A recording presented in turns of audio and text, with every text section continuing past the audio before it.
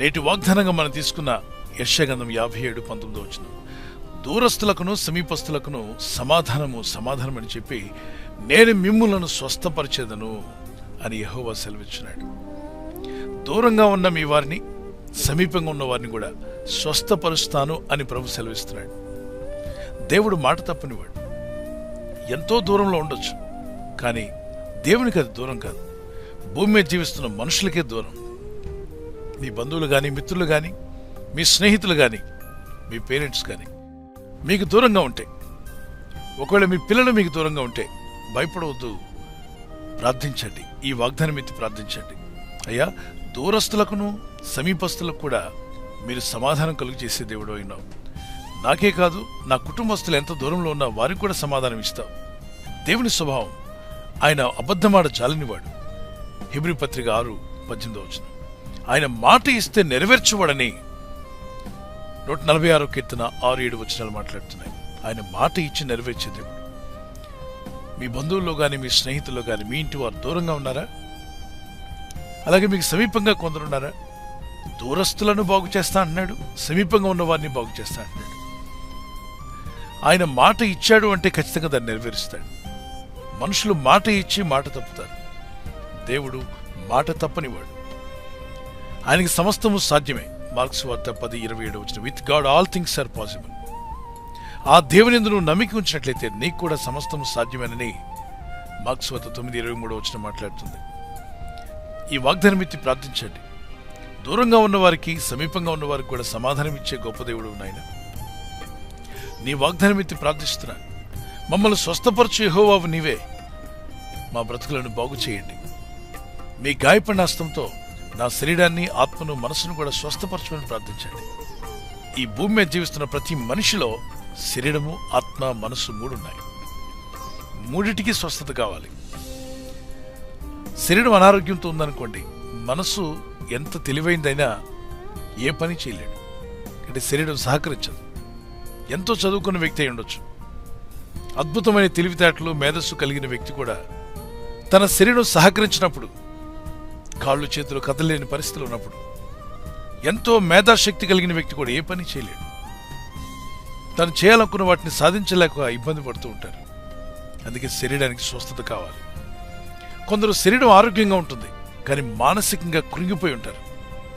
ఆ స్థితిలో మీరున్నారా? మీరు ఆరోగ్యంగా ఉన్నప్పటికీ మీ మనసుకు స్వస్థత లేదేమో. మీ మనసుకు స్వస్థత కావాలి. మనంతా ఇమోషనల్ బీయింగ్స్. మరి God can heal you physically, spiritually, emotionally also. దేవుడు మీ భావోద్రేకాలను కూడా బాగు చేయగలడు. దేవుడి మీద నమ్మిక ఉంచి ప్రార్థించండి. మీ శరీరానికి స్వస్థత అవసరం. అలాగే మీ ఆత్మకు స్వస్థత కావాలి. మనసు కూడా స్వస్థత కావాలి. శరీరానికి రోగముల నుండి స్వస్థత కావాలి. మనసుకు నిరుత్సాహం నుండి. నిరుత్సాహం అనే ఒక ఆయుధాన్ని అపవాది వాడతాడంట. నిరాశ.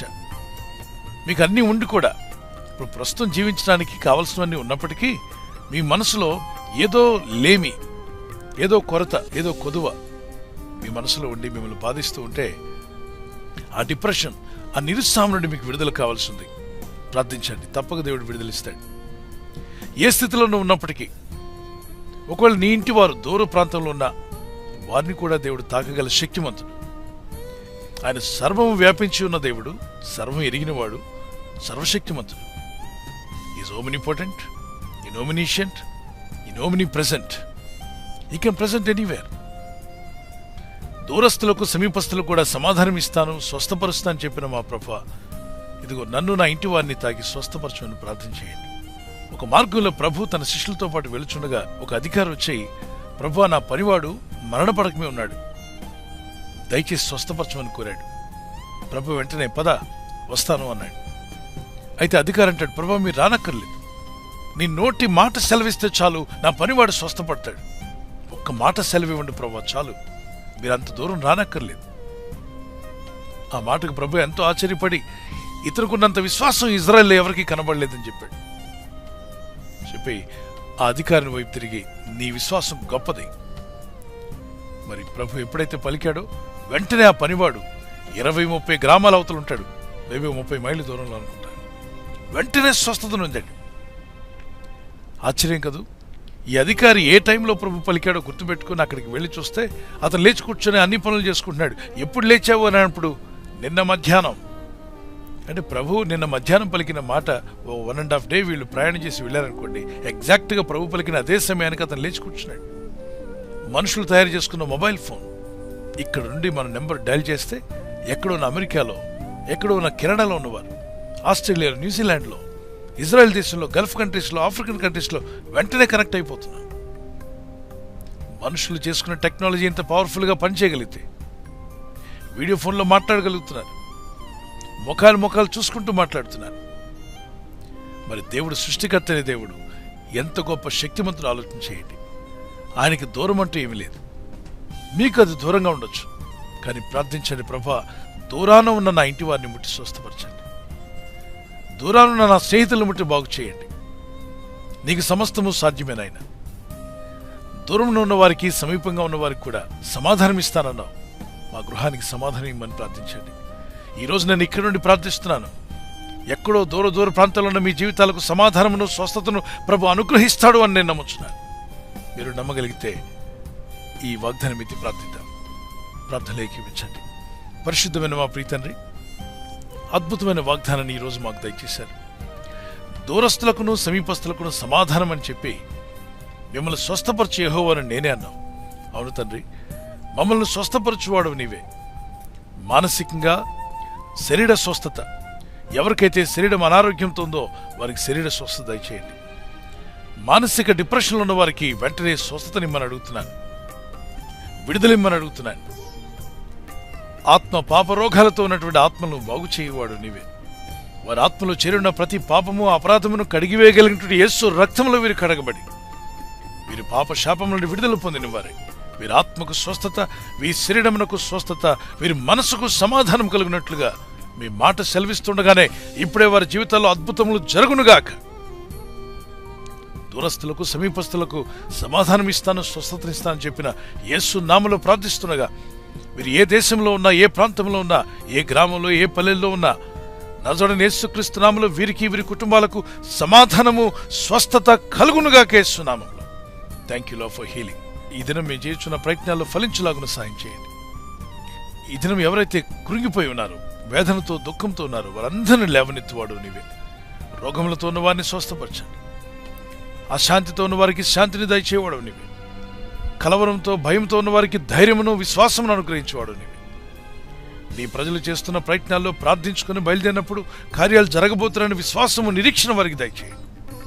వీరి హృదయాల్లో చేరుకున్న అవిశ్వాసము యేసు నామములో తీసివేయబడాలి ప్రభు.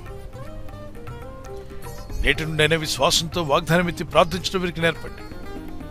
వీరి కుటుంబస్తులందరూ రక్షణ పొంది నీ మార్గంలో జీవిస్తూ నీ సాక్షులుగా బ్రతికే కృప వీరికి దయచేయండి. వీరి ఆత్మ వర్ధిల్లుచున్న ప్రకారం అన్ని విషయాల్లో వర్ధిల్లులాగున, వీరి ఉద్యోగ విషయంలో, వీరి బిడ్డల చదువు విషయంలో, వ్యాపారాల విషయంలో, ఇల్లు కొనే విషయంలో కానీ, అమ్మే విషయంలో కానీ, స్టార్టప్ కంపెనీల విషయాల్లో కానీ, ఒక సంఘ నిర్మాణంలో కానీ, గృహ నిర్మాణంలో కానీ నీ కనికరం చొప్పున వీరు మేలు పొందుకున్నట్లు ఆశ్చర్య అద్భుత కార్యములు జరిగించండి. ఇహమందును పరమందును దీవిస్తాన్నావు. నీ ప్రజలను వర్ధిల్ల చేయవాడు నీవే. నిత్యము నీతో నడిచే కృపనివ్వండి. వీరికి ఎదురైన ప్రతి శోధనలో జయము దయచేయండి. బర్త్డే మరియు యానివర్సరీ జరుపుకునే వారికి దీర్ఘాయుష్నిచ్చేవాడు నీవే. ఆయుష్నిచ్చి బలపరిచి నీ సాక్షులుగా నిలబెట్టి వాడుకోమని యేసుక్రీస్తు పరిశుద్ధ నామములో అడుగుచున్నాను నా పరలోకపు తండ్రి. ఆమేన్, ఆమేన్. పిల్లలు, మీరు ఎంత దూరంలో ఉన్నా మీకు, మీ కుటుంబాలకు సమాధానము, స్వస్థత యేసుక్రీస్తు నామములో కలుగునుగాక. ఆమేన్.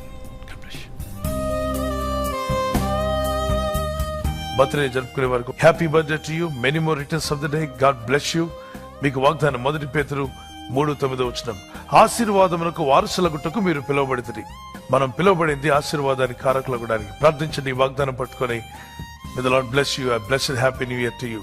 మరి ఎవరైతే యానివర్సరీ జరుపుకుంటారో మీ అందరికీ వాగ్దానం ద్వితీయోపదేశకాండం 31:8 నీ ముందర నడుచువాడు యెహోవా, ఆయన నీకు తోడయుండును, ఆయన నిన్ను విడువడు, నిన్ను ఎడబాయుడు. భార్య భర్తలుగా మీ ఇద్దరు ఈ వాగ్దానం పట్టుకొని ప్రార్థన చేయండి. Happy wedding anniversary. Many more returns of the day. God bless you. ప్రభు మిమ్మల్ని వాగ్దానంతో బలపరచునుగాక. భార్య భర్తకు లోబడాలి, భర్త భార్యను ప్రేమించాలన్న ఈ ఆజ్ఞలకు విధేయులైతే మీ ఇల్లు అద్భుతంగా ఉంటుంది, కుటుంబం సమాధానంగా ఉంటుంది. దేవుని చిత్తం నెరవేర్చే కుటుంబంగా మీ ఇల్లు ఉండునుగాక. God bless you.